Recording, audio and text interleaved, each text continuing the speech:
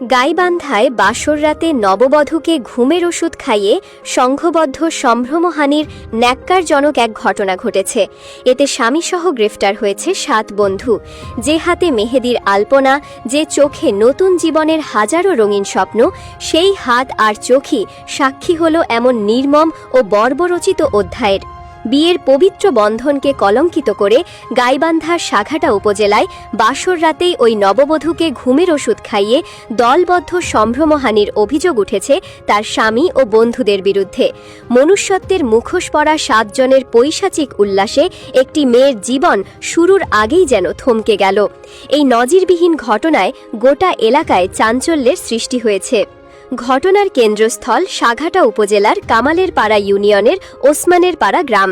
গত 27 আগস্ট গোবিন্দগঞ্জ উপজেলার কোচাশহর ইউনিয়নের ভাগগরিব গ্রামের নাজিম উদ্দিনের আদরের মেয়ের সঙ্গে বিয়ে হয় ওসমানের পাড়া গ্রামের আসাদুল ইসলামের ছেলে আসিফ মিয়ার। দুই পরিবারের সম্মতিতে 2,30,000 টাকা দেনমোহর ধার্য করে তাদের 4 হাত এক করে দেওয়া হয়। নতুন সংসারের স্বপ্নে বিভোর নববধূ স্বামীর হাত ধরে পা রেখেছিলেন শ্বশুরবাড়িতে, কিন্তু তিনি ঘুণাক্ষরেও টের পাননি তার জন্য কি ভয়ঙ্কর বিভীষিকা অপেক্ষা করছে। নববধূর স্বজনদের অভিযোগ, বিয়ের পরদিন বৃহস্পতিবার ছিল সেই কাঙ্ক্ষিত বাসর রাত। যে রাতে নববধূর চোখে থাকার কথা ছিল নতুন জীবনের রঙিন স্বপ্ন, সেই রাতেই তাকে সম্মুখীন হতে হয় এক অকল্পনীয় বিভীষিকা। অভিযোগ অনুযায়ী পাষণ্ড স্বামী আসিফ মিয়া তার নবপরিণীতা স্ত্রীকে কৌশবে ঘুমের ওষুধ মেশানো পানীয় খাইয়ে অচেতন করে ফেলে। এরপর সে তার 6 বন্ধুকে ডেকে আনে এবং সারা রাত ধরে চলে পাশবিক নিপীড়ন ও দলবদ্ধ সম্ভ্রমহানি। সারা রাত ধরে 7 জনের নিপীড়নে নববধূর শরীর ক্ষতবিক্ষত হয়।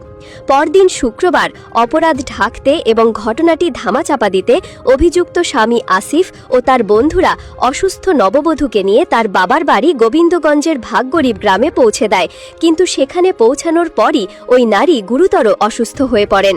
এক পর্যায়ে তিনি তার মা ও বাবার কাছে ভেঙে পড়েন এবং কান্নাজড়িত কণ্ঠে গতরাতের সেই নারকীয় ঘটনার লোমহর্ষক বর্ণনা দেন।